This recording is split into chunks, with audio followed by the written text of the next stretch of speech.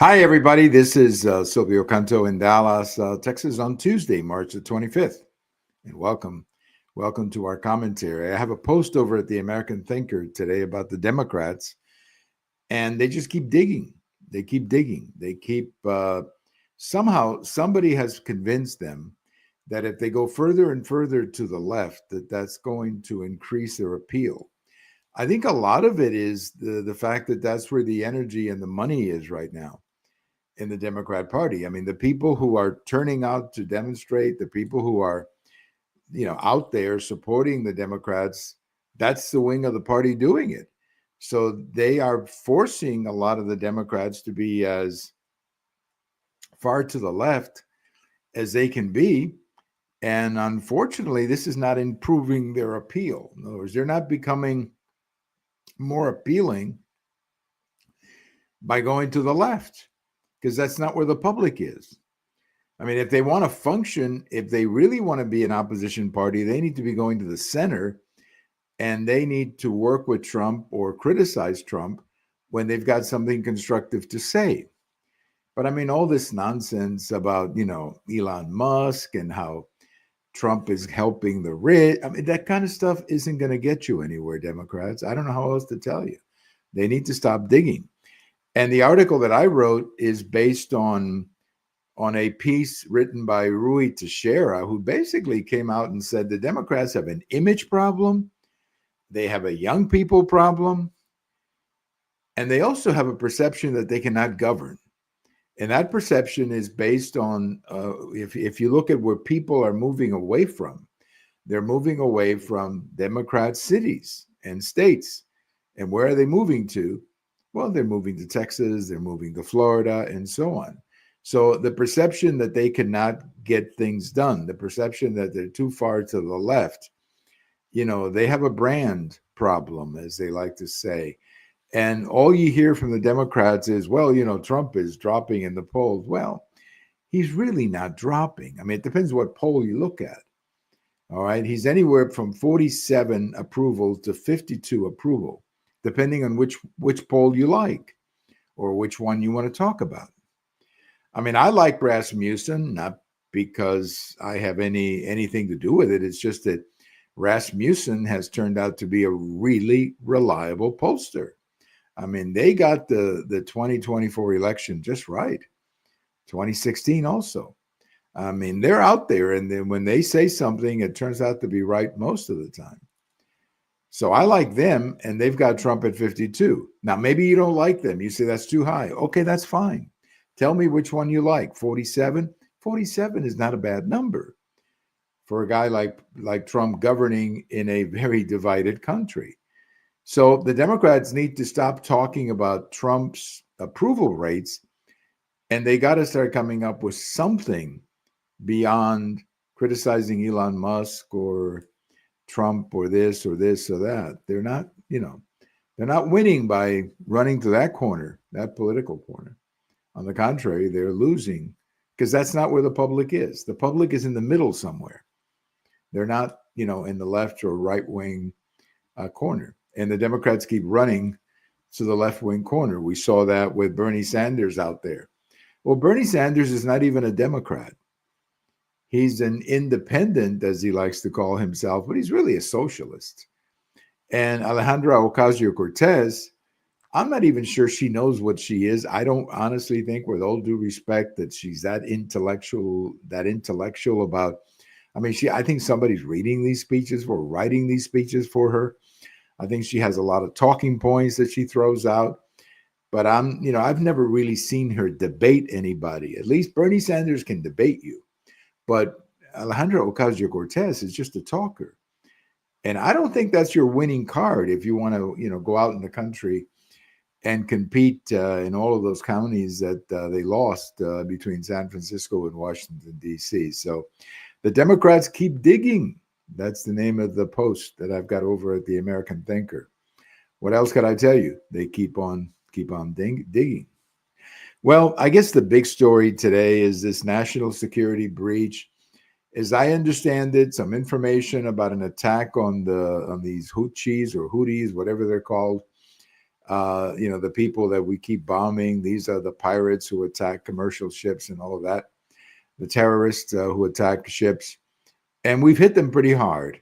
Well, apparently, one of the battle plans ended up in the hands of Jeffrey Goldberg. Jeffrey Goldberg is the editor of Atlantic magazine. How he got into that distribution list is beyond me. I mean, that is just irresponsible as it can get. That you don't do that. These kinds of plans are supposed to be distributed between people in the loop. They don't go to a reporter. I don't care who the reporter is. They don't get this kind of information. Well, he did. And he turned around and wrote an article about it. Now he's, given the Democrats something to get excited about. They're talking about they want Mike Waltz fired. They want the Secretary of Defense fired. Trump came out today and supported Mike Waltz. He supported the Secretary of Defense. So that should be the end of the story. Now, that doesn't mean that it was a smart thing to do. They need to check who's checking these things. Because, if you're going to pass around information like this, you got to know who's getting it. You don't put somebody on that distribution list who's not supposed to be in it. So the mistake was made. I mean, let's not kid ourselves. The mistake was made. But that doesn't mean that it's the end of the world, that you got to turn the government upside down. That's not what this is. I think President Trump is handling this about right. He's just, he's going right back at it, and he's showing support for his people. And that's a good thing. That's a good thing. But I'm sure in private, I've got to believe that in private, he's not happy with what happened. He shouldn't be. Nobody in that distribution list should be happy with having information like this and then ending up in the hands of a reporter. That's just not a good idea. So somewhere along the line, there was a breach of national security. So yes, that has to be fixed. And, it's not it's got to be fixed. You cannot do stuff like that in the future. Well, I've got a post coming out Wednesday morning. There's a big fight going on the U.S.-Mexico border, and it has nothing to do with fentanyl and has nothing to do with immigration. It has to do with water. Now, I have to confess, I've lived in Dallas, in Texas, 41 years. It's going to be 41 years in July. So that's a long time. This is the place that I have lived the longest in my life. This is the one city or the one area where I've lived the longest in my life. So I guess I can safely say that, Texas is in me. But I had never heard of this water battle before. Now, I'm going to get more into it with my friend George Rodriguez the next time we have him on. He's probably very familiar with it because he lives down on the border. But what exactly is this about? Well, apparently there was a 1944 treaty between Mexico and the United States where we supply water to some of the places in North Mexico, specifically the city of Tijuana, which is a major city right south of San Diego. Big city, and we're supposed to supply the water.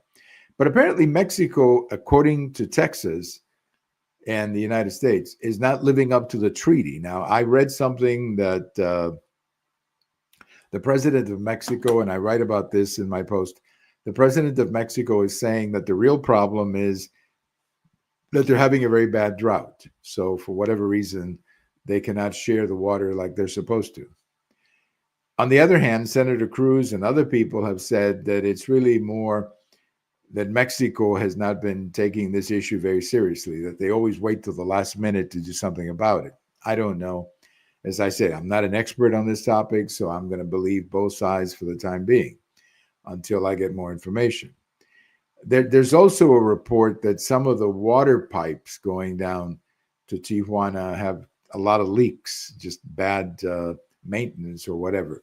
That I believe because some of the oil pipelines or gasoline pipelines in Mexico have a lot of leaks. And that's how people keep stealing gasoline from these pipes. You know, that became a major issue a couple of years ago because you had criminal elements literally stealing gasoline from the pipes and then selling the gasoline in the black market. But anyway, so this little thing going on between Mexico and the United States has pretty much said, we're not going to give you any water for the time being. My guess is that it'll get resolved. But it is interesting, after all the focus on fentanyl and all the focus on the border and the chaos and the immigration, that now we're arguing about water. I guess the good news is that we're arguing about something we can fix.